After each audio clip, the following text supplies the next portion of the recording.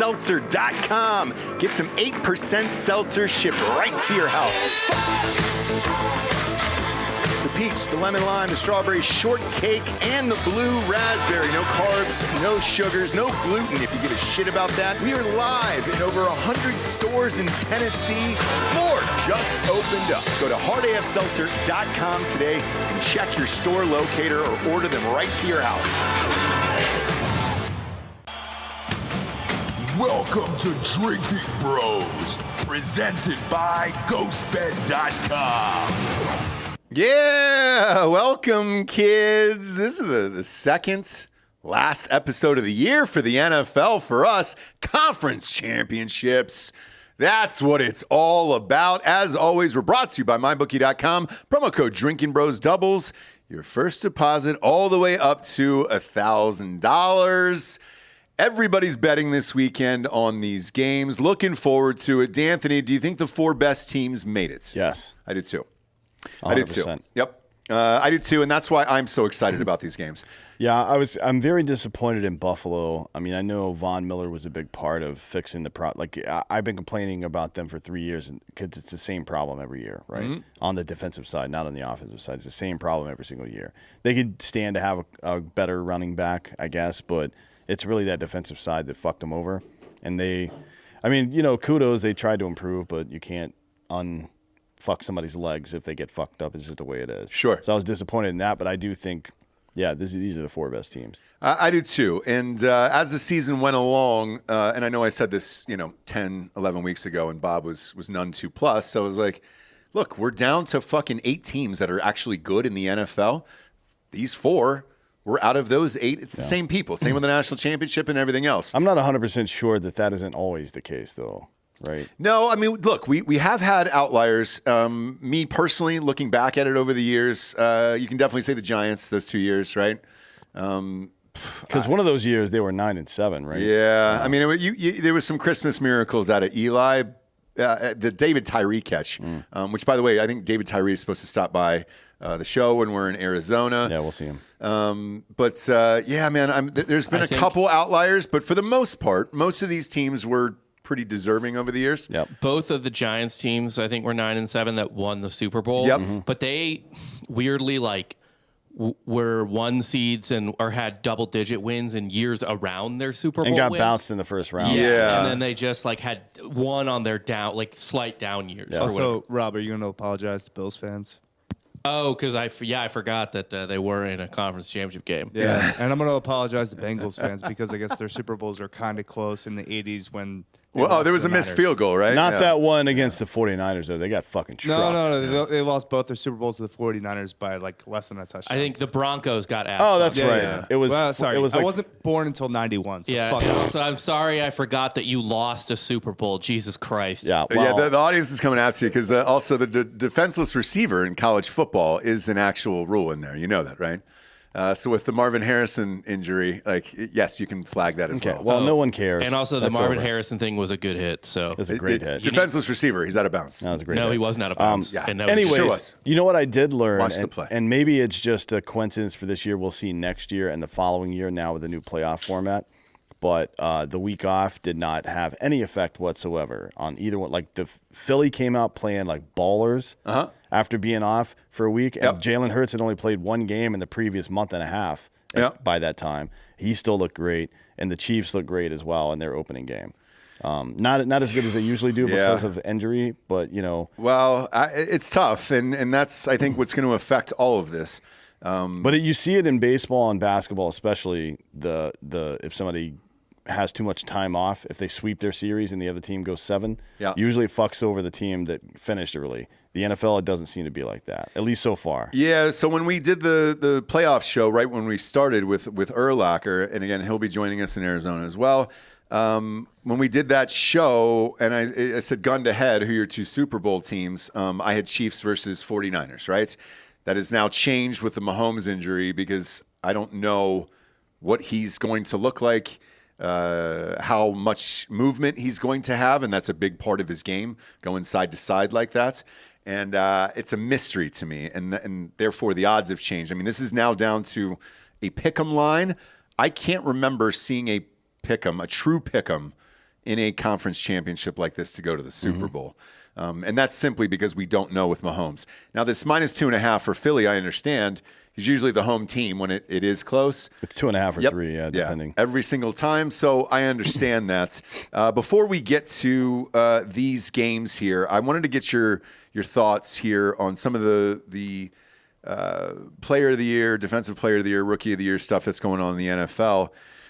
I can't figure a lot of this out, man. I mean, they're doing a thing this year that's new where they're telling you the top 3. Hey, here's the top 3 for this category. Yeah, I think baseball started that, right, Bob? Yeah, a couple years ago they with did. Like, you're the finalist for Cy Young, MVP, all this stuff. Yes, which is exciting. Yeah, it's fine. It's the reason I don't know why the NFL does it because they announce during the playoffs, right? They don't wait until like baseball waits until after the playoffs are over, and then they kind of slow roll out all the awards and shit. Right. But I think doesn't the NFL announce all their shit next week? Well, they used to. So it used to just be like, hey, it's Sunday. Here we go. Here's all the people, and then you can have fun. I mean, they're not going to have a trophies and all that ceremony stuff. because these dudes are spread to the 4 wins, and then a bunch of them are still playing, right? Right. So usually they just give out the awards, and then that's kind of it. They'll go to whoever wins it, and you make a speech and everything else. And if it's MVP or something, you get it the next season opening day or something like that, right? I'm not sure how they're doing that anymore. No, the individual teams will do like a ceremony before the game the next season, but I don't think the NFL actually does any kind of ceremony, right? I don't think so. I think it's up to the team, and the team will usually have a press conference here. But as far as we'll start with Defensive Player of the Year. See if you have any gripe with this one. This one I actually don't. It's Micah Parsons, that guy is a goddamn animal. I understand that. Chris Jones had a great season for the Chiefs, obviously, 15.5 sacks. And then obviously you got Bosa, and Bosa is heavily favored to win that. Yep. I don't have a problem with that category. Those 3 guys were kind of the top 3 guys. Anybody they're missing there? No, I mean, honestly, I think that Micah Parsons is probably the best defensive player in the league. Probably the most impactful, but Bosa had 18.5 sacks, so he's going to win. Yeah. That's just how it is. Yeah. Unless you have like 130 unless you have 8 or more. I think a couple of defensive backs have won it when they get 8 or more picks in a season. But it's rare, Or Yeah. if you have a guy that's like he's almost like a split defensive back that rushes the passer a lot and has some combination of 12 picks and sacks or something like that. But yeah, there's no way he's going to lose this. Yeah, I agree. So it looks like here for we'll go down to Rookie of the Year. Now, a lot of people had gripes with this one. A lot of people bitching on Twitter about this one today. Garrett Wilson from the Jets. Yes, I think we all knew he was going to be there. You got the running back for Seattle. Yeah, I don't mind that one either, but Brock Purdy played 4 games. Well, Walker was great for Seattle, but even he didn't even come in, I think, until week 4 maybe. Garrett Wilson played the entire year. Brock Purdy played 5 games. Yeah. And he's up for Rookie of the Year. Yeah, that one's kind of Offensive Rookie of the Year. I don't understand that one at all. I know the internet was raging about Chris Olave. Chris Olave had over 1,000 yards down in New Orleans with dog shit quarterbacks all year. I think what Purdy did is more difficult. What, for 5 games? Yeah. It might be Being a quarterback for 5 games is more difficult than being a wide receiver for let's season? let's just say that's true, right? Being a quarterback on the 49ers is not more difficult than being a wide receiver on the Saints. All right. Right? Would you agree with that? Because the 49ers, you don't need much out of the quarterback to be able to win games, and in New Orleans you were very slim on options. I agree with that. I don't disagree with him being a finalist in who are the other people? Olave and who? Garrett Wilson. No, Olave's not on the list. Olave's not on Oh, the list. Yeah. shit. So he was left off for Purdy, which I don't really understand. Again, you play 5 games. So how are you comparing 5 games to a whole regular season for the rest of these guys? I don't really get it. Even Walker, I mean, Jesus Christ, the numbers he was putting up at running back in Seattle, that helped Seattle get into the playoffs. Yeah, I mean so I guess, whenever I'm looking at, people have different opinions on this shit. When it's MVP, a lot of people just go with best player on the best team, right? Yeah. Which I think, for the NFL, it's almost always going to be a quarterback, and it should, because that's the most important position on the field. But for all of these other ones, like something of the year, I feel like you got to go a little bit deeper into it than that. Like, how much impact did that person make on their team? I mean, 13 touchdowns in 5 games is pretty fucking good. He threw, 2 interceptions? No, he was great. Yeah, He was great. 100%. But it's 5 games. A very limited. What would Yeah, have an entire year looked like for him? He elevated their offense significantly. But trying to predict what he would have done for an entire year is really hard. I mean, it's 5 games versus a whole entire season. Yeah, but they won all. He also 5 of could have those got his games. leg fucking broken like Trey Lance did week 3. Every game. But they won all 5 of the games he played in. I mean, and that did carry them with some momentum into the playoffs, and they're still there. I don't know if they take that into account or not. But I don't. Who would you replace him with? Olave, maybe. Yeah. I guess. I mean, yes. But to be honest, people played a whole season. Olave's not 5 going to win. games is too small of a Garrett sample size. Wilson will probably win. So, or it'll be him or Walker. Yeah, him or Walker. Vegas says Garrett Wilson, but Brock Purdy with 5 games, that's just not big enough for me. Like, usually there is a minimum to be nominated for most awards in most major league sports. Apparently there is not in the NFL. Next up is MVP. Got Josh Allen, Joe Burrow, Pat Mahomes, Jalen Hurts, and Justin Jefferson. It's hard not to, just because of the numbers, it's hard not to say Patrick Mahomes. I agree. But the second place, in my opinion, would definitely be Jalen Hurts. Yes. It would. If Jalen Hurts didn't miss the games, it would probably be Hurts. Probably, yeah, because the total TD numbers would be way closer. Mahomes, I think, did just set the all-time record for total yards. He did. And by the way, you barely heard about it. I know. And that's the thing with Mahomes. We take him for granted every single year, and his numbers are so disgusting. Once you actually look at them, you're like, shit. But we just expect him to be great. Yeah. And I felt the same way, like looking back at it with like Michael Jordan or Kobe, where like they were just dropping 40 points a game, so you got used to it. Yep. And you were just kind of lazy about it. And they say Jordan lost MVPs just out of like fatigue. Yeah. Well, people were like, you're not impressing me anymore. There was a season, I think it was it 87 or 88, or 80, somewhere between 86 and 88, where Jordan, in the modern NBA, modern-ish NBA, but before three-pointers are a big deal, was scoring 37.5 points a game. Yeah. For a whole season. That's like, if somebody did that right now, you'd be like, holy shit. Like, there's no one else to talk about. Yeah, because even last night, like I said, as football starts to wind down, then I'll start to get back into basketball. I flipped on that Lakers game last night and had it on in the background, and everybody knows I hate LeBron. But even last night, I was just like, oh my God, dude. I mean, he dropped 46 last night at 38 years old and was bombing threes. I think he set his personal best. I think he had 9 3-pointers in that game last night. Yeah, but his PER is way down. Yes. So it's like he's putting up Westbrook numbers at this point. But he's still very but he impressive. has to, Yeah. because AD is out, all these guys are out, and he doesn't really have any help out there. LeBron James is 8th in the league in PER. Yeah. Yeah. Like, he's yeah. fucking insane. It's insane. And at 38 years old, as much as, I might not like the person, I can respect the artist here. I mean, Jesus Christ. Watching that last night, I was like, God damn, man. And he's only 189 points, because they're doing the tracker. He's only 189 points away from breaking Kareem's record, and you're just like, Jesus Christ. Say what you want about him, but like, and people like to shit on him for being like dumb in certain ways, like never reading past the first page of a book. Fair. Yeah. However, on the court, one of the smartest dudes I've ever watched. Yes. Like, he understands every ounce of what's happening. Yeah. Anyways, back to Hurts v. Mahomes. I mean, Mahomes ended up with 45 total TDs, and I think Hurts was at 35. So maybe if I don't know, even if he had played those other games, because Mahomes just had a great year. And by the way, the year after losing Tyreek Hill, Just give it to Mahomes. Yeah. He was better without Tyreek Hill. I'm not saying he doesn't need him or anything like that, but he put up better numbers than he did in his last year. Well, but here's the crazy thing. So we'll get to Offensive Player of the Year, right? Pat Mahomes, Jalen Hurts, Tyreek Hill, Justin Jefferson. So like, Tyreek Hill didn't need Mahomes either. He still had one of the best years of his life. I don't understand how.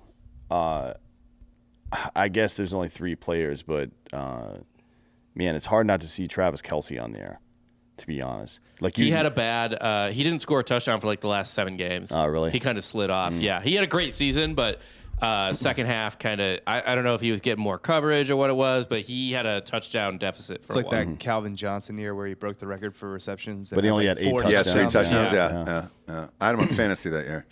That's what's odd to me because I thought for sure one would hurt the other because it did in Green Bay. When Devontae Adams left, Devontae Adams had a great season with a shitty quarterback in Vegas, whereas Aaron Rodgers did not have a great season without a good wide receiver there in Green Bay. So it's pretty impressive that Tyreek Hill was able to go somewhere else, a completely new offense, and put up the same exact numbers he does every fucking year. That just proves his greatness. You got to think that Offensive Player of the Year is Mahomes as well.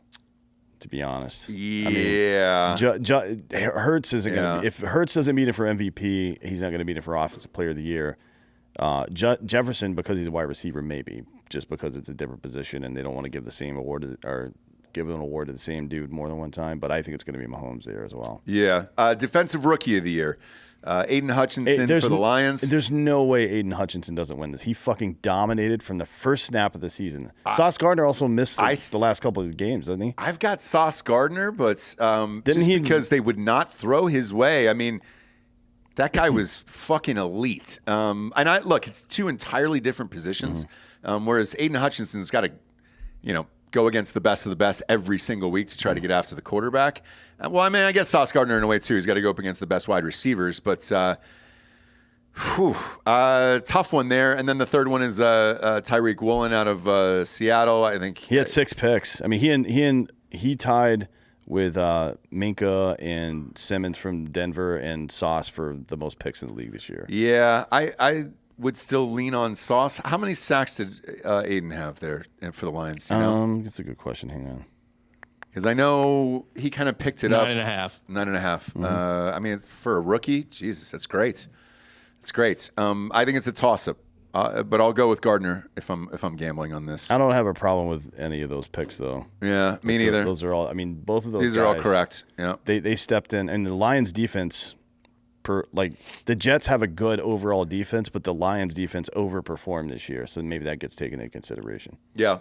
Comeback Player of the Year. If you don't give this to Geno Smith, who fucking ever, unless it was Alex Smith coming back after his leg got fucked up and he won MVP or something, you give it to him then. But Geno Smith came from people thought this guy was dead. I think I did, and to be honest, I did. He had the best season of his career. Yeah. His entire life. Geno Smith. Any Seahawk. Anyone, any quarterback in Seahawks history. Well, that's not saying that much, is it? Well, look. Even Russ's best years, it was like 3,500 yards. I know. So Geno Smith, Christian McCaffrey, and then Saquon Barkley. I mean, McCaffrey was healthy wire to wire this year.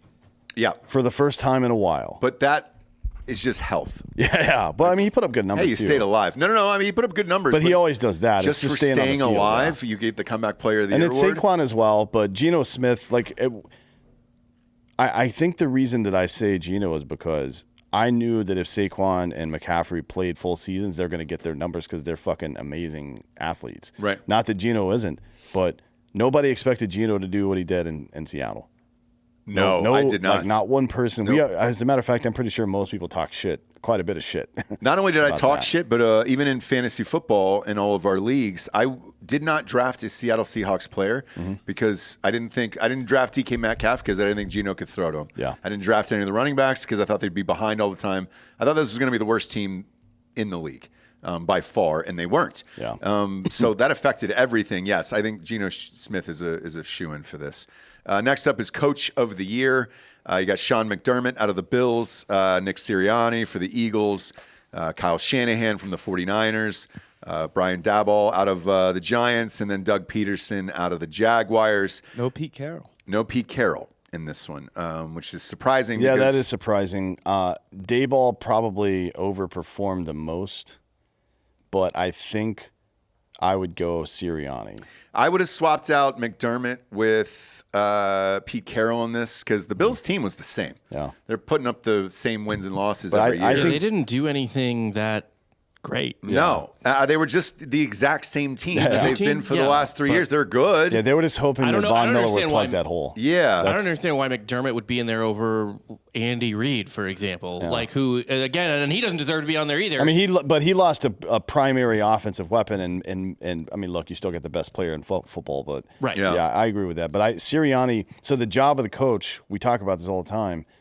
The mistake people make is I'm a coach with a system. And I'm going to go get guys and put them into my system. But Sirianni was a coach with players. Yep. And he said, you know what, I'm going to develop my system around these specific players. To me, that's what Andy Reid's been doing on offense for years. He hasn't been running the same offense since the fucking Eagles. It's been different shit depending on the personnel. And that's what a great NFL coach does. It's what fucking, I mean, look, there have been 2 years when the Patriots actually had offensive talent.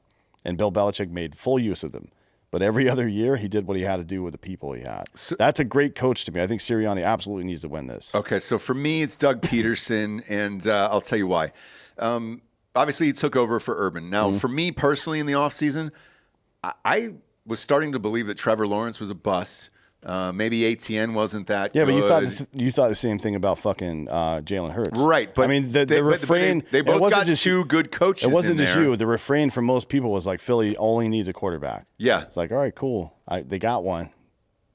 Like, we'll see. Well, do they? Right? I mean, but now we know they do. So it's like... It's the same thing. But no, it's so hard for me to be sold on him. Peterson definitely lifted the Jaguars more than Sirianni lifted the Eagles. Because even with a shitty coach, the Eagles still would have won 10 games. Probably. Yes. I agree. Whereas Peterson down there with Jacksonville, what did they have to win? Like their last 6 in a row, and then they won that's their because first they playoff lost. Game They went 1-5 to open the season. Right. So you got to blame him for that if you're going to give him credit for the second half. I'll say don't sleep on Shanahan for winning as many games as he did with 3 different quarterbacks. Yeah. So that's the only reason that he makes this list for me. It was the exact same reason, where it's 3 different quarterbacks, same year, and then you've got to plug these fucking guys in and do it. But Mike McDaniel's not on here for D'Amico Ryans is on for DC for assistant coach of the year, but McDaniel's not on here for OC. I don't think. McDaniel's out of where? Mike McDaniel, the offensive coordinator for the 49ers. He's not on the assistant coach of the year. Well, as far as the offense for the 49ers. Dude, they didn't start the same team more than one game. I understand, but it's not sexy enough for shit like this. Maybe not. Whereas, I mean, you got the... You mean for the Dolphins? The head coach of the Dolphins. Yeah. So it's like, no. I just, no. I won't do it. I won't put them in there. Assistant coach of the year is Eagles OC Shane Steichen. How do you pronounce his name, Delco? Steichen? Nah, you got it. Which one is it? You got it. Which one? Go. Yeah, nobody knows either. D'Amico Ryans, who's taken every fucking job underneath the planet. Job interview under the sun these days. I guess Shanahan does head call coach. the plays there too. So He's OC. Yeah, he calls the offense. And then you got the Lions OC Ben Johnson. They scored points. To me, this is D'Amico Ryans from the 49ers. That defense is the craziest I've seen since that Ravens Super Bowl win. And I think he's probably at the top of the list for most people for a head coach. This will be his last year in San Francisco, right? He's taken 4 job interviews already. Maybe, I don't know. Do you get the sense that people are starting to get wary about coordinators becoming head coaches? Well, look, there is no. It's not the same job. It isn't, but Salah's been great in the Jets because they turned the Jets around, and then homeboy down in Miami. They're all kind of coming underneath that 49ers tree now. So I think D'Amico Ryans is going to get a shot here. I mean, current NFL coaches who were recently coordinators: Kyle Shanahan, Nick Sirianni. I think Sean McDermott was as well. Like all of them were, right? I mean, Mike McDaniel's too was 40. That's I was reading the old. He's done a pretty good job. McDermott used to be Miami the DC for the Eagles. He was terrible. Oh, was he really? Yeah, he wasn't good. That's funny.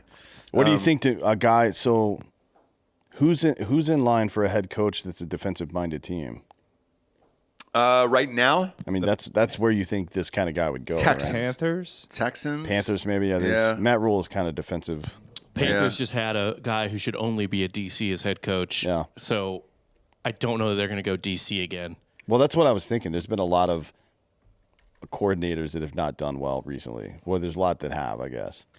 It's just not like because you're a good coordinator doesn't mean you're going to be a good head coach. Also, DC is a harder sell. DC to head coach is a harder sell. OC is much easier. I mean, O'Connell with the Vikings had a really good season. Yeah, because if you can put up a shit ton of points, you've got a shot to win any game. What about? I've been hearing people talk about the 49ers promoting Dan Quinn, or 49ers, the Cowboys promoting Dan Quinn to head coach, and then going out and getting a new like DC or something, or even letting him just continue play calling. So Dan Quinn was the head coach of the Falcons for years, and that's the year we went to the Super Bowl. I think he is a very good head coach, but he is a defensive-minded guy, and you definitely need a very, very strong OC. So if you're going to do that, I think you got to fire Kellen Moore and then bring in somebody sexy as OC. I mean, they should fire Kellen Moore either way. Yes. Yeah, but and he's also one of the greatest defensive coordinators in the league. who? Dan Quinn? Dan Quinn. Oh, yes. He is, yeah. 100%. He's the new Wade Phillips. Yeah, Yeah. he was Yep. Legion of Boom with the Seahawks. Yep. Yeah, I mean, he needs to just stay as a DC. You don't need I him as a coach. agree with that, but I mean, but imagine- does he want to is the question. Well, I mean, if they continually pay their, I mean, look, Belichick has maintained his same core for a while on 2 separate occasions. Every single year, everybody's like, oh, fucking Charlie Weiss is leaving, or it's every single year for years, and they stayed there for a very long time, longer than anybody expected. And Jerry's a really loyal dude, so I assume there's probably some loyalty in the other direction. But Quinn's got to get tired of fucking losing. He's got to get tired of his fucking defense performing, the offense not performing. Because ultimately, you want to win fucking games. You want to put a trophy up on the mantle. But he's also been there, and he knows what it takes on the other side. And does he look at the OC and be like, well, we just don't have that? Because he did work with Shanahan. Kyle Shanahan was the OC for the Falcons Credit to when him Dan for- Quinn was head coach. Credit to him for hiring Kyle Shanahan. Yes. And so could he do that again is the question. And, like, it's worth a shot. Me personally, I would try to back up the truck for Sean Payton. It's going to be Dallas. $20 million. Yeah, and But Jerry doesn't fine. give a fuck. Doesn't there's care. there's no salary cap on head coaches. But he said after the game he was not going to fire him. So I don't know, man. there's Is that no worth it? Do you really want to pay Sean Payton $20 million? Who I mean, cares? If he can finally win a fucking title, yes, is just Sean- one. Yeah, but is Sean Payton a good coach? Yes. He won a Super Bowl. Yeah. He did. And he could have won multiple. It was about the way he took chances on players and developed them. Like nobody believed in Drew Brees. They thought his shoulder was yeah. done. And look, there was that one PI call that would have brought him back to the Super seriously, Bowl. Terrible luck calls. They Yeah. very good chance they beat the Patriots in that Super Bowl. Yes. That might just be karma. I mean, they had the fucking hit Bounty gate, gate. bounty gate. Oh, whatever. You'd think every NFL team's not doing that couldn't have already. been the only one. Like Yeah. the baseball for years has had what they call the kangaroo court. Oh, yeah, dude. Where if you like take somebody out, you get credit, but if you do something stupid, you get fined Yes, by the team. That's been going on forever. It's been going on for years. So we'll see down there. But, I think D'Amico Ryans will definitely get his shot. He'll be somewhere. I mean, this was I an don't know all-time where. great defense. So if any, yeah, I mean, that's probably true. Dan Quinn, on the other hand, look, he was a good head coach for the Falcons, but he needed a good OC. Once he lost that OC, that's when the Falcons went down the toilet. So Also, he has a lot of fun toys on the Cowboys defense right now. So does he want to leave? I mean, he's No. got the fun toy, right? He's got the best defensive player in all of football. But that doesn't mean like Shanahan he's basically the offensive coordinator in San Francisco, right? right. yes, yeah. I don't think that Quinn would have a problem being the head coach and the DC on this team. If you to be could get honest. a good OC there, so yeah. But you got to have a guy that's like in people's asses on the offensive side to motivate them because you're going to lose Zeke, which whatever. But he rushed for 850 yards last year. Yeah. In And addition to everything Pollard did, he ran for another 850. So I think their biggest problem is what you do with Dak Prescott. Like, well, they need receivers for him to throw to as well. CeeDee Lamb is great. Look, CeeDee Lamb is great. if you can win with Garoppolo and you can win with Brock Purdy, you can win with Dak Prescott. The problem is they're not doing the offense the way they need to do it. Right? They're With, not like, the they're not 10-yard outs tailoring and it to- shit? They're Yeah. not tailoring it to Dak Prescott. You got to bring in Dan Mullen. Yeah. Well, it's not sexy, right? So is that the Winning Cowboys is style? sexy. I know, I understand that, but it's not the Cowboys style, right? Yeah, it is. So those 10-yard outs like that. That's how they played in the 90s. No, but you had Emmitt Smith, and you had a fucking bruiser, and then you had Michael Irvin going deep all the time. Like, who was their tight end too? Like Witten? Yeah, it was just, Wait, no, that was later. it was later. But That was a promo. but yeah, they just had the triplets. It was a fun, sexy team where you're like, yeah, we're scoring a bunch of Yeah, points. but Dak and CeeDee doing Lamb, cocaine. and another fucking. You can't win in the NFL with one great receiver anymore. And also, Jimmy Johnson might just be the greatest coach of all time. Could be. I mean, he won a college championship. He won multiple NFL Super Bowls. Like, you never know. You never know. We'll see. In the meantime, we got some sponsors to put the shit wagon on the air. First and foremost, ghostbed.com/Drinkin Bros. Mattresses, 30% off there. Okay. Promo code Drinkin Bros at checkout, and you're good to go there. And 40% off if you want the adjustable base mattresses as well. And that's a mattress combined with the adjustable base. You get 40% off that. And then peruse the catalog. They got sheets. They got weighted blankets, all the things. Type in the promo code Drinkin Bros for 30% off. Scroll down to the bottom of the page. They got a 60-month pay-as-you-go program. No interest as long as you have decent credit there. Check that box. Walk out of there with a brand new bedroom set for about $25 a month at ghostbed.com/Drinkin Bros. Next up, we got mybookie.com. Promo code Drinkin Bros doubles your first deposit all the way up to $1,000. You know the rules, kids. All the odds we're about to read for the conference championships are from mybookie.com. Overs, unders, ton of prop bets, ton of fun on Sunday. And they've even got squares this year. So you can buy a square. Just buy a fucking square like you're at your neighbor's house. And you can get in on all the fun all day Sunday, and enjoy your life. Head on over to mybookie.com and bet with us or against us using the promo code Drinkin Bros at checkout. Last but not least, if you want to go to the games, if you're rich, you want to go to these games on Sunday, tickets are high, especially for that 49ers game. Man, those fuckers travel. Benny is all in on the 49ers. He's like, hey, man, I don't give a fuck what happens. Just get the 49ers in the goddamn Super Bowl. They travel, they spend. If you have the money for it, the tickets are expensive. Out in Philly this weekend, head on over to drinkinbrostickets.com. Just about $10 cheaper than StubHub. That's it. All right, before we get into these picks, Mel Kiper's mock draft dropped today. I want to ask you your thoughts on this. Well, he caveats.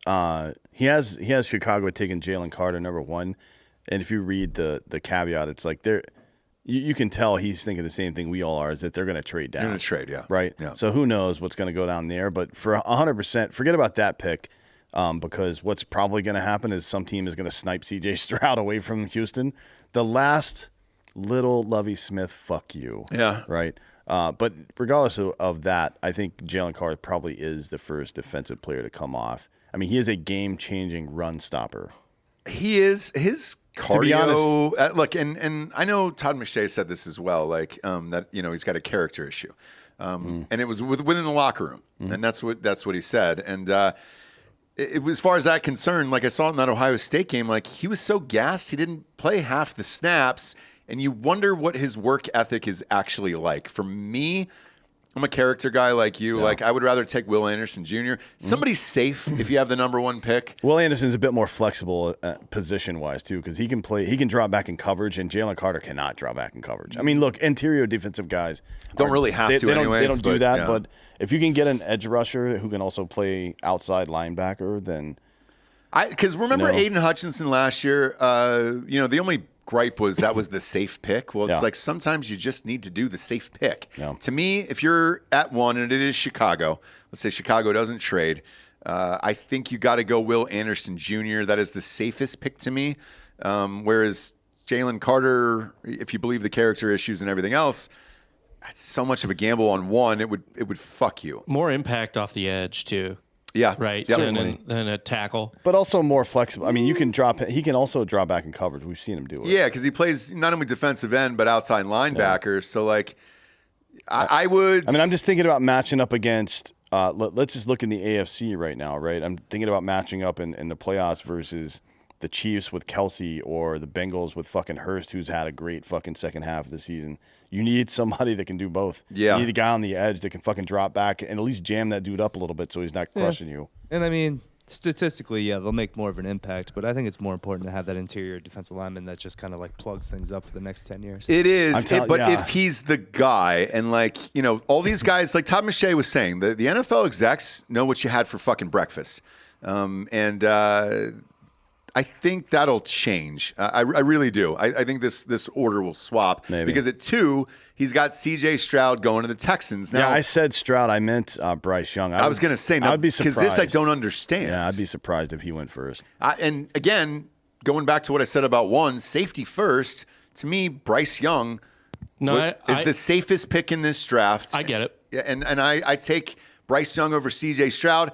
C.J. Stroud, look, you guys know I'm a fucking diehard Buckeye and all that stuff, but his movement laterally, and getting out of the pocket and then just running downfield. Was this the argument that Stroud has a higher ceiling? But No, you guys are overlooking. Oh my God, I can't believe you guys The aren't thinking about this. simplest You're overlooking explanation. Yeah, What? He's taller.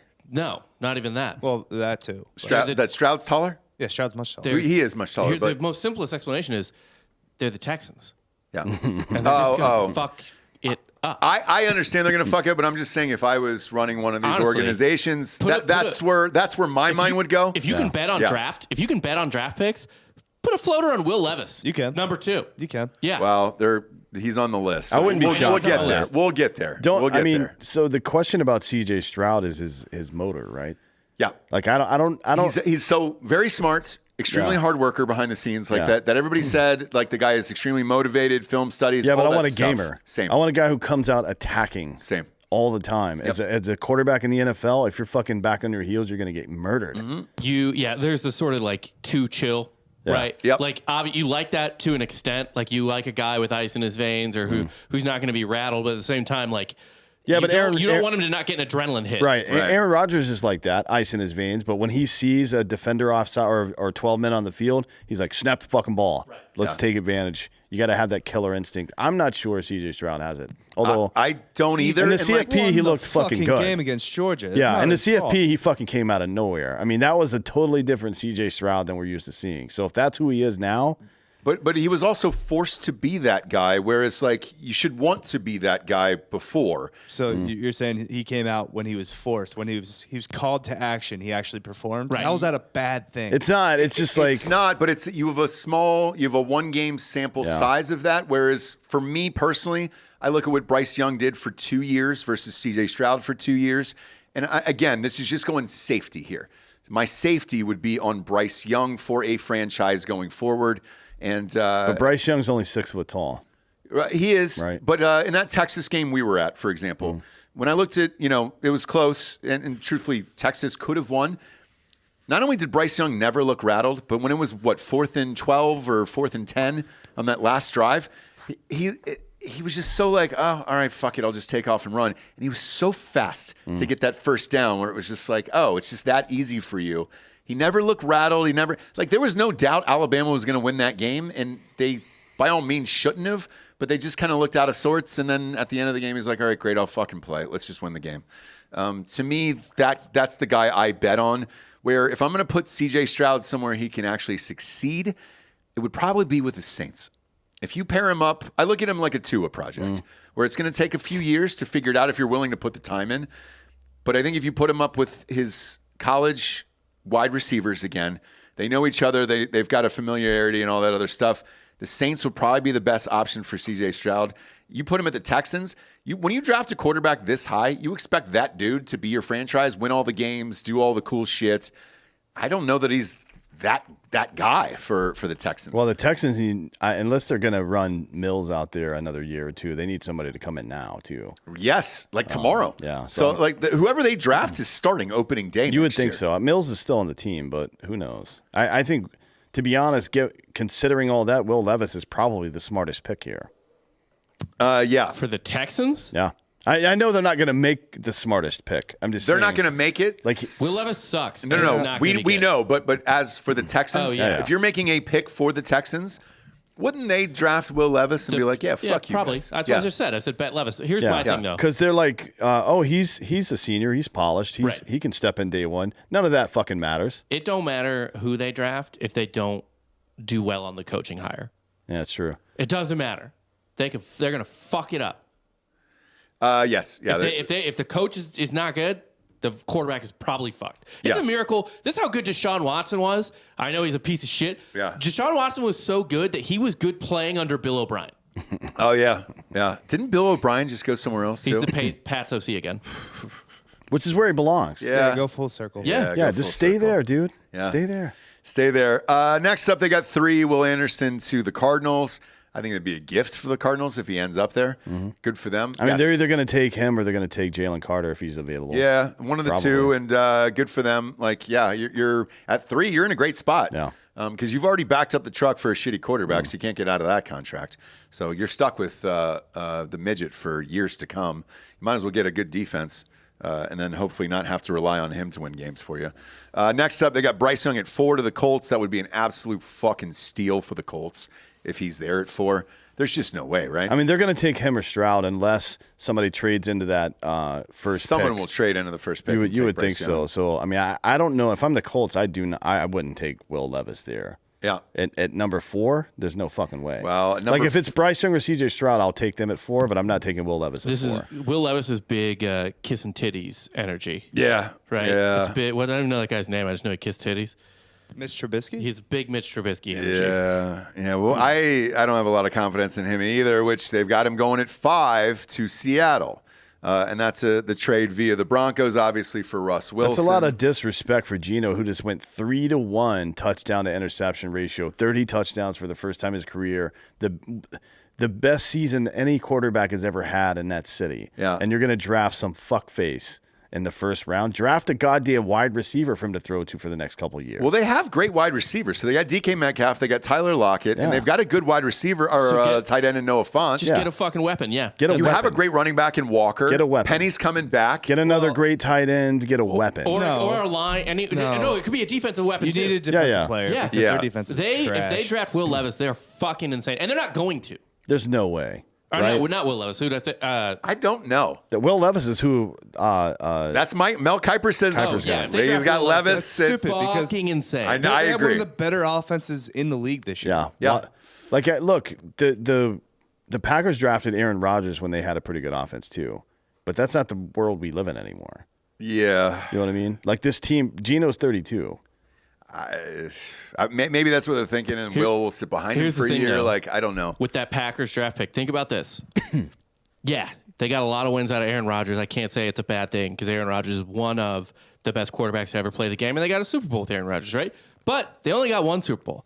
What if instead they draft a more win now piece for Brett Favre teams that were making deep playoff runs at the time, and they don't lose earlier in the playoffs and they win another Super Bowl, the same amount of fucking Super Bowls that they've won either way. Yeah, but Brett Favre was always like, I don't know if I'm going to come back next year. This was before that. It was they drafted Rodgers a couple years before He that. did Brett- that every year. Yeah, he did it every year, and that's why Rodgers got stuck. He was sitting on the bench waiting for Brett Favre to make his decision.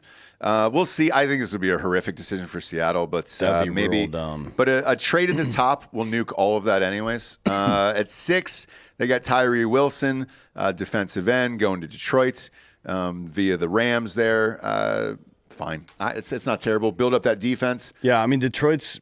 They've got a pretty good setup offensively. I mean, Goff played better in goddamn Detroit than he played in L.A. somehow. I don't know how that. Maybe it's coaching.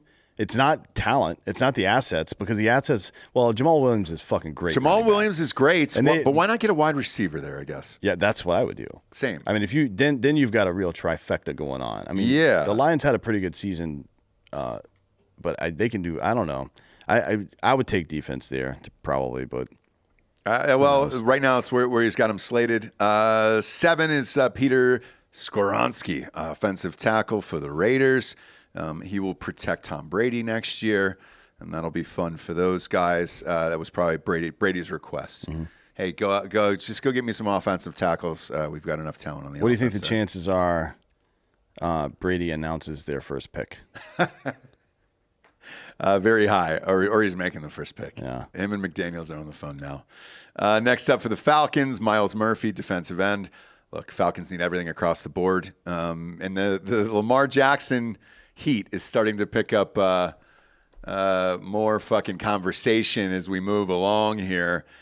Everybody's asking what I'm thinking about. We tried it with Vic. It didn't work. Yes, it would put asses in the seats. Yes, I would watch Falcons games again. Do I think he could win a Super Bowl? No. I look. The Falcons are. Lamar Jackson's not going there. They're so far away from being a good team. Well, but the Falcons have the money. They have the money, but he wants to win. We'll see, because if the Ravens gave him the money, he stays in Baltimore. If they don't, I think he'll just sign for the highest paycheck he can get. I don't know. That's not the type of dude he is. I just don't see that. He was that type of dude this season. So Because he. Yeah, because like he's putting his body at risk, and it's been going on for 4 years now, and they won't give him a fucking It's- contract. I understand, so but grim but there, but yeah. now's the time, right? He's what, 26? Let me check. This next contract for a running quarterback like this. He can sling it. He's not just a running No. quarterback. Yeah, he's I understand 226. that too, but that's why he's gotten so many injuries. So I think So don't go to a team where you have to do everything. right. And so, but with that, you'll probably take less money because they won't have the cap for it. So it'll be up to him. It really will. If he goes to the Falcons, it's purely a money You play. should go to the fucking Raiders. Look, if he wants to win, he goes to San Francisco. If he wants the money, he goes to the Falcons. Because there's only 2 teams that can afford him right now, and it's Chicago and Atlanta. With the money they have on cap. Vegas might be able to do it since they got rid of Carr and they didn't take a huge cap hit because of that. I don't know. I had to look at those The numbers. Devontae Adams no contract is so massive, though. I don't know that they could. There's no one who won't make room for him. Adams will restructure to get a good quarterback back in there. Right. By the way, and Rodgers said he would restructure yesterday on McAfee. Yeah, but he said But maybe not for the. if I decide to play again. Well, and if I decide to play for the Packers, which tells me, great, if I want to go win somewhere or go back to the Packers who aren't going to win next year. So that'll be completely up to Lamar Jackson. But I think it'll be very telling if he goes to the Falcons, then it was clearly about money because that team sucks. So we'll see. I like this, that 6th pick for Detroit taking Wilson, though, an interior defender, man. To have him and Hutchinson lined up next to each other for the next 10 years, that's not a bad idea for the Lions. No, So not at the all. Lions this year through the Because first, they've got Amon-Ra St. Brown. He's young. What is he, like 23 or 24? Yeah. the Lions through the first 7 or 8 games this year, essentially they were scoring 32-ish points a game and allowing 33-ish points a game. They were 9-8, I think. Yeah. They were honestly probably an extra guy away. From 13 wins. Yeah. For real. Especially as weak as the NFC North is now. The Bears are going to suck for a little while still. Probably another 2 years at least before they can really get that dude some help. Yep. The Packers are on the downslope. Yep. Especially when Rodgers leaves. And the Vikings just make sure the game's important and they'll fucking lose. Yeah. You know what I mean? That's how it works. So, man, that's Detroit. It's weird to think that Detroit might be a fucking powerhouse. With a couple of key moves, they could be a legit powerhouse. I like it, dude. I like the coach. Because they've sucked forever. I enjoyed Since I the was a hard knocks. child. I enjoyed the hard knocks. This is the first time I enjoyed it, not because of the players, just because of the coach. The coaches were entertaining, but they were passionate about what they were doing, and I was in. I enjoyed watching the Lions play this year. They always covered, too, financially. So, Anyways, Shout out at to 9, Lions. he's got the Panthers taking Richardson. Wow. Look, don't be shocked. Don't be shocked if I don't know who it is that Houston's looking at hard, but if that dude gets sniped with that first pick, don't be shocked if they go with a guy like Richardson. It's like a gamble, man. number 9 to Carolina. I could see him being not at the level of player, but as sort of Pat Mahomes type of guy where it's that guy, they traded up for that guy because no one was high on him when he got drafted, right? It was all about Deshaun Watson and shit like that. And obviously, Richardson could be a dude. Richardson could be a fucking guy. I would trust Richardson more than Will Levis. He's Easily. in the draft this year. He's got the best quarterback body. Not that always matters, but sometimes it does. Ryan Leaf had a great quarterback body too. Oh, Will Levis does? Yeah. No, Anthony Richardson. Oh, he's 6'4" and he's thick and he can move around. Yeah. But the thing that I watched 4 of the games for Florida this year. The thing that impressed me the most, he didn't have any help. None. But none. His ability to read through his progressions quickly and make good-ish decisions is pretty good. And I think that's the hardest thing to teach. So a guy that would be replacement level to a little bit better than that immediately, he might be the best guy in the draft for that. Well, and having So if lived, you're looking for a placeholder or something, he might be the best guy. and having lived in North Carolina, you're trying to fill that stadium, which it's a fucking huge stadium. If you haven't been there, it's massive.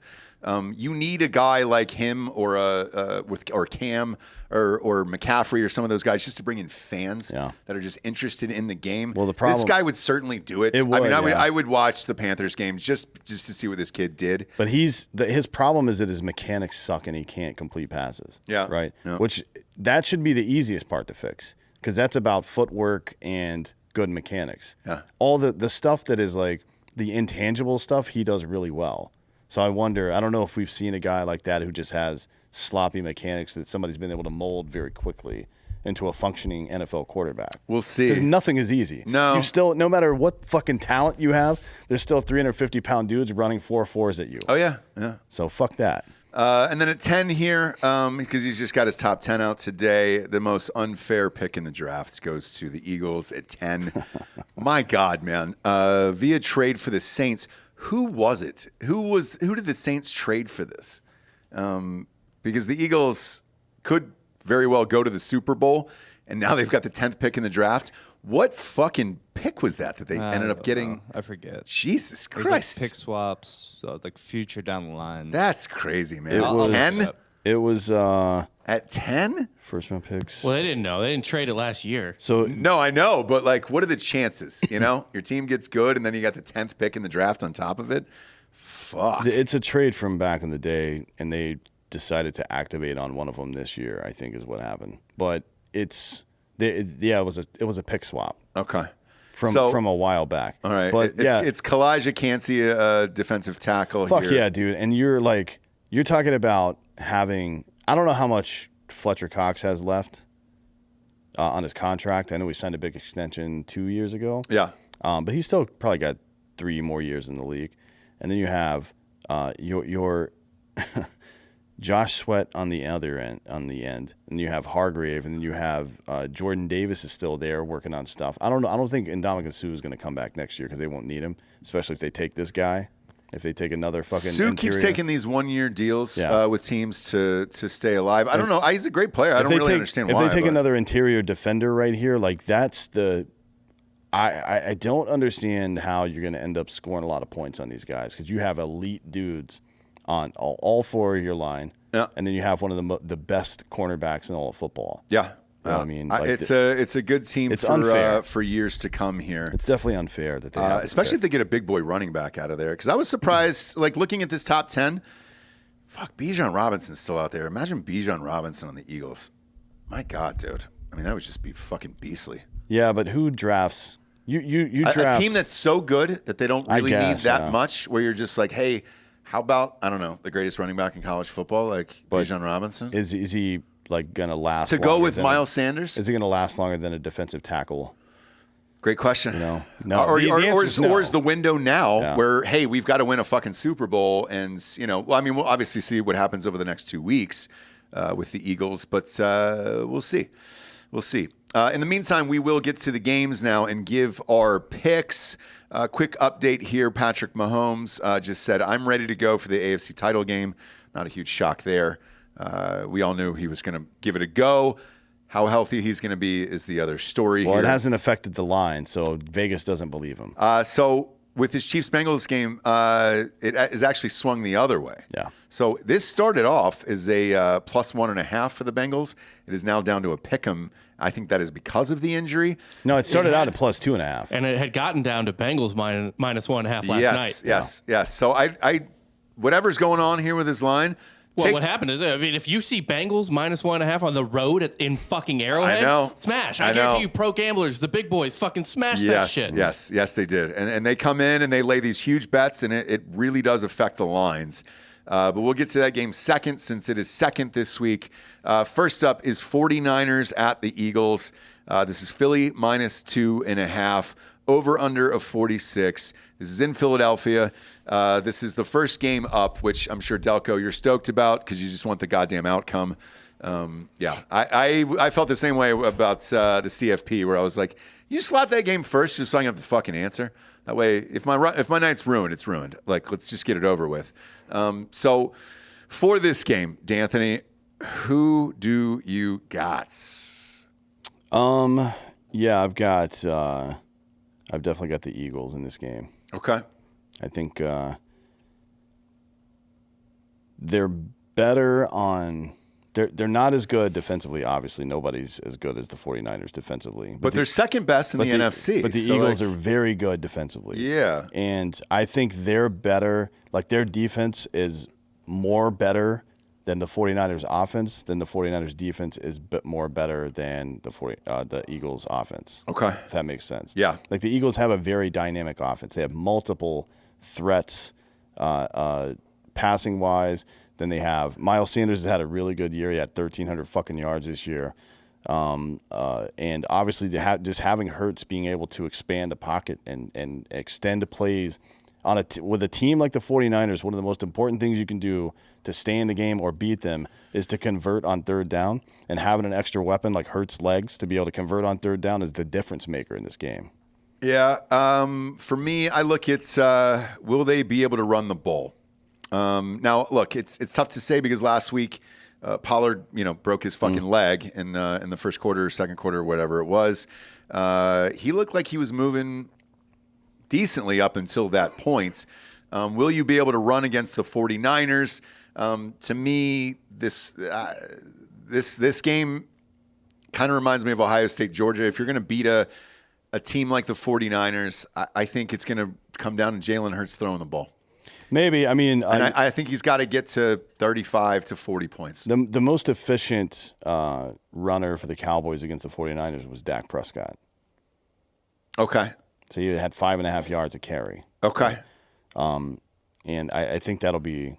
But then that means you would have to rely entirely on Hurts on the ground and throwing the ball. Not necessarily. I mean, Miles Sanders is still there. And he's good, Yeah. but like, well, he's not good. He's exceptional. He had 1,300 yards this year. well, here's why I can't tell because look, I've said it in like this conference all year. I don't. Their schedule hasn't been that great all year, so I don't know. The only reason that this game pains me across the board is like I don't know if Shanahan looked like shit in my opinion in that last game. He looked nervous.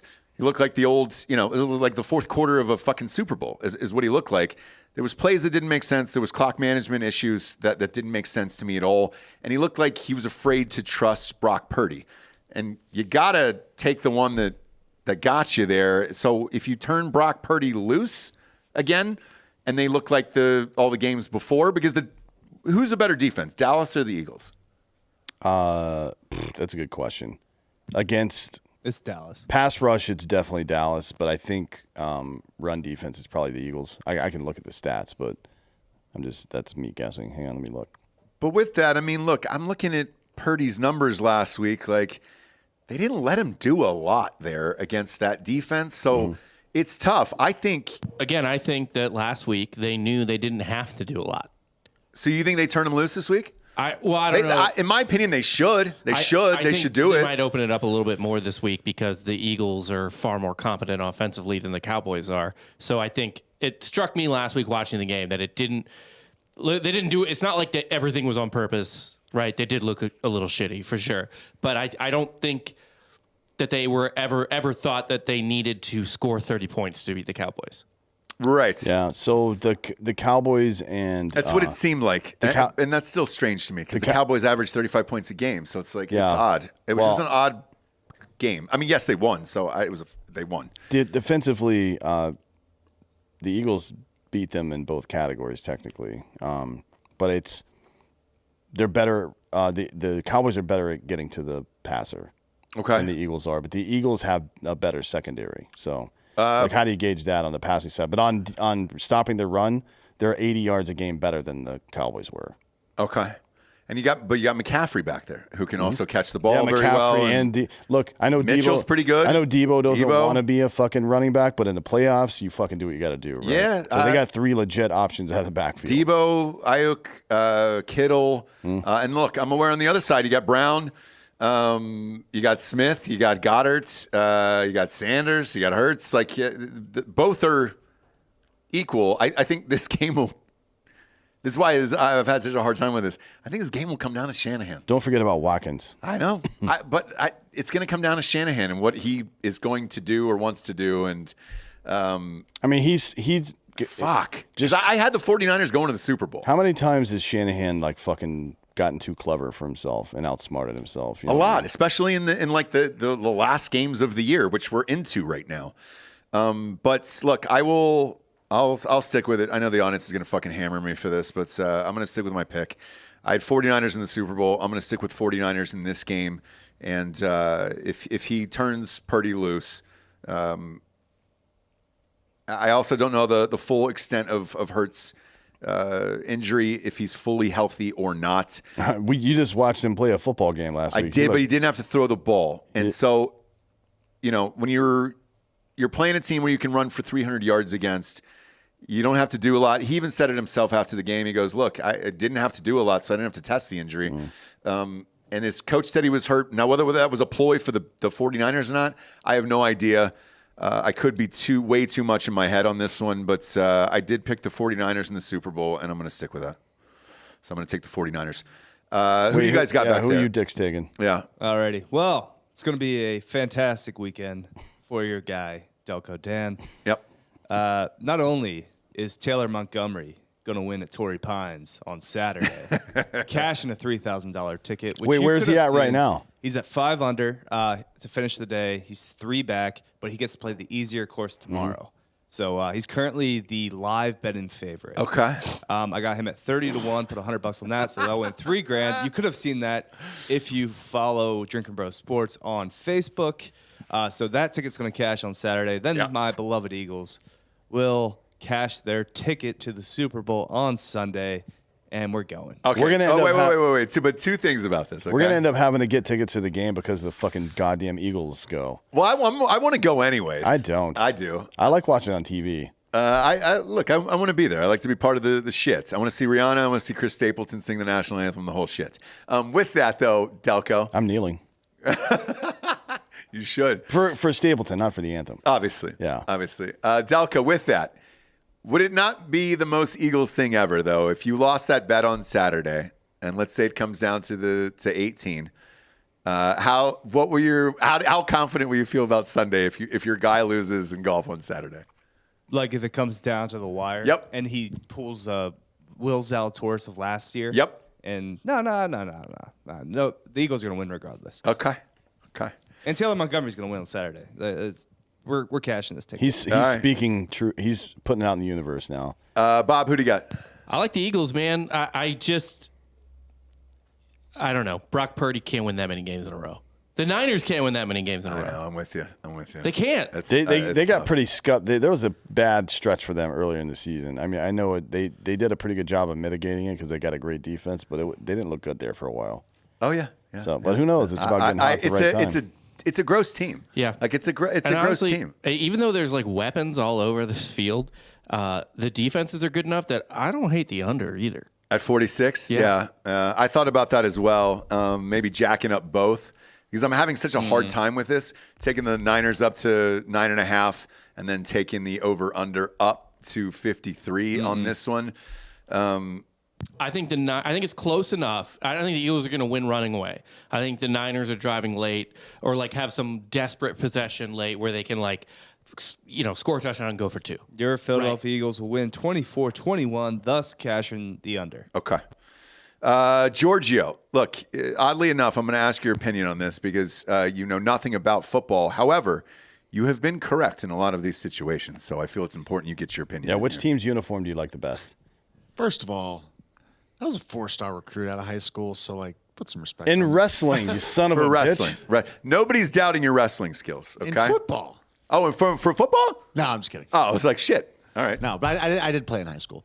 The Eagles have this. The Eagles are a tough team on the come up. They started peaking around the right time of the season. They didn't get too many losses to kind of kill the momentum. So I really think they're going to ride this out. So you got the Eagles. I do. Okay. Yeah. All right.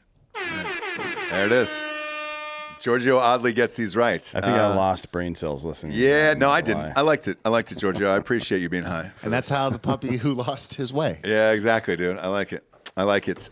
Second to the last game of the year here for the NFL season is the Bengals against the Chiefs, and this will end our show today. This is a true, straight-up pick'em, dude. For the last game before the Super Bowl, I have never seen this in my life, and therefore I am really, really excited for both of these games. The first one, just because I don't know who's going to win. The second one, it's the best of the best, but we'll see how healthy Mahomes is in this. And one. also, I mean, unless you're like a super fan of one of these two teams, if you're a fan of any other team, I think you're happy no matter how this ends. You know what I mean? Yeah. Like these are both teams that I want to see play in the fucking Super Bowl. Yes. So, yeah. I'm happy with any of the four because I think the four best teams made it to the end. I think the 49ers and the Super Bowl is going to make it boring, to be honest. Well, why? Because they'll muck it up and it'll be a dirty game. Yeah. Yeah, but I think if it's Eagles versus either one of these other two teams, we're going to have a fucking great, probably the best Super Bowl in a very long time. If you go look, dream scenario. Because you want to see like a fucking 45. Look, I'm with you, dude.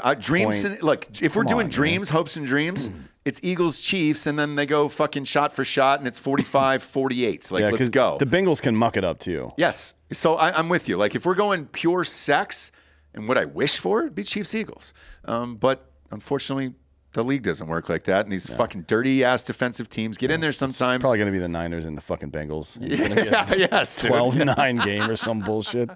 We're going to spend $10,000 on fucking tickets. Like Burrow's going to break his leg in the first quarter from Bosa. Who you got here? Burrow versus Mahomes. Oh, well, if that was the game, then I would be picking Mahomes, but it's not. It's the Chiefs versus the Bengals, and I got the Bengals. Yeah, I think just because of the full team or Mahomes' health. It's both. I mean, look, the Chiefs are better on defense than they get credit for, no question. I mean, they got a fucking guy nominated for Defensive Player of the Year, so obviously they're pretty good over there. But I think the Bengals, even on offense, are a lot more well-rounded.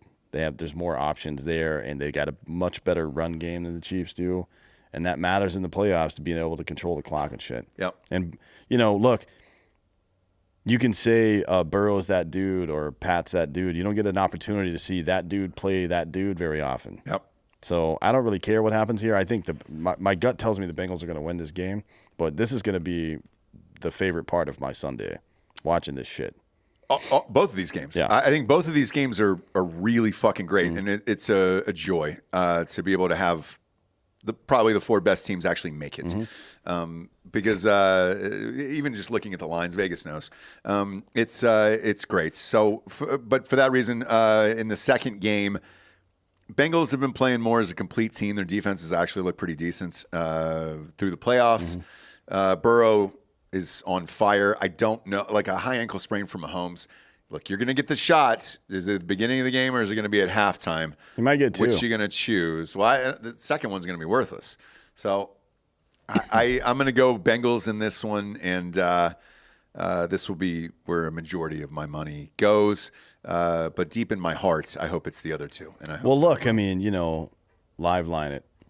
Yeah. You don't necessarily have to make a bet before the game. No. But I will anyways. I'm going to as well. Yeah, I'm just saying, yeah. if you're a fan out there and you don't know what's going to happen here, you're too worried about Mahomes' health or whatever the fuck. Yeah.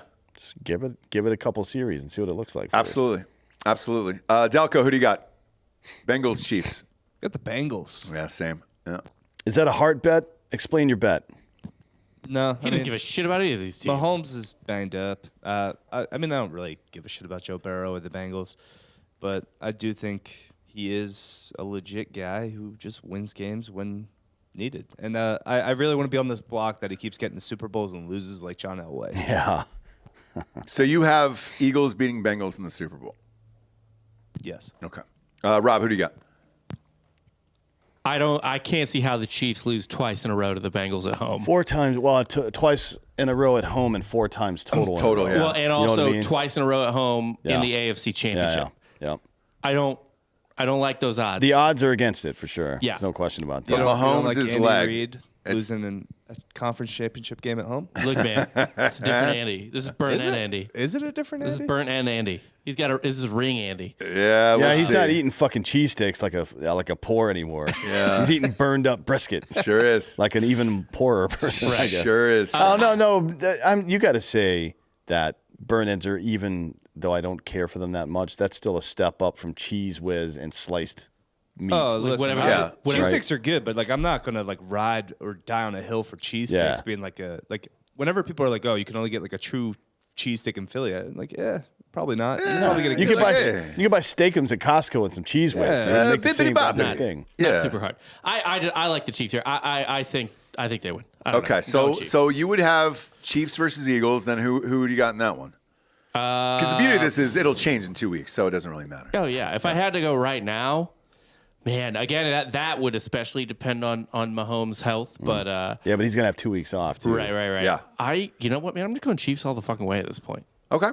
Look, I gunned ahead. I was Chiefs 49ers, and then I had the Chiefs beating the 49ers. It's never a bad idea to bet on Patrick Mahomes. Don't give the Chiefs points because they will fucking fuck you every time. I know. But if it's just a straight up even bet, straight up which is what even this is a is, pick 'em. it's never a bad idea to give Mahomes. He the shows benefit up of for the doubt. conference championship game to prove to everyone that he is Patrick Mahomes.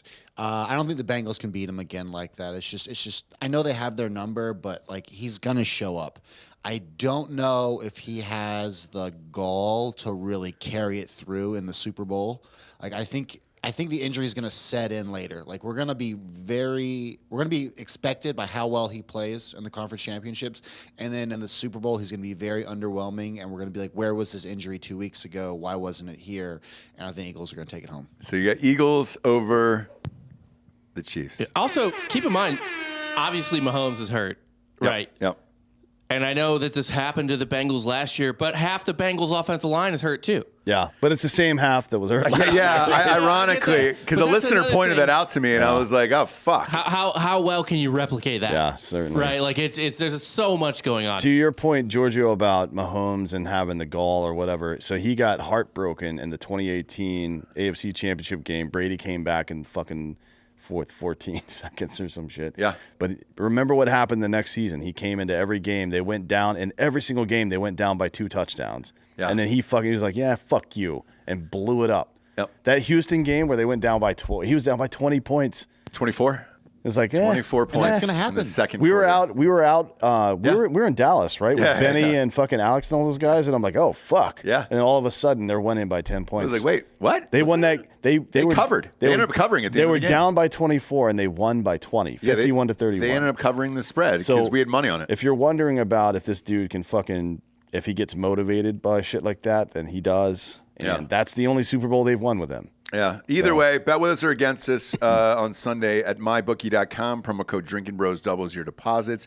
No matter who you're betting on, what your fan base is, I think we're all lucky that it came down to these 2 games. And hopefully they live up to the hype here because, yeah, truly, I think the 4 best teams made it at the end of the day. Only gripe is, you'd like to see if Hurts isn't at full strength or Mahomes isn't at full strength. So we'll find out on Sunday. Who knows in that regard? But then that's the point to hammer the live lines if they're not. Take advantage of that and what you see with injuries and things like that as the game goes along. We appreciate you tuning in. Go to iTunes, rate the show a 5-star, and leave a quick review. Also, head on over to Spotify. Just click a 5-star and walk away for Drinkin' Bros Sports. For D'Anthony Holloway, I'm Ross Patterson. This is the Conference Championship Pick'em Show.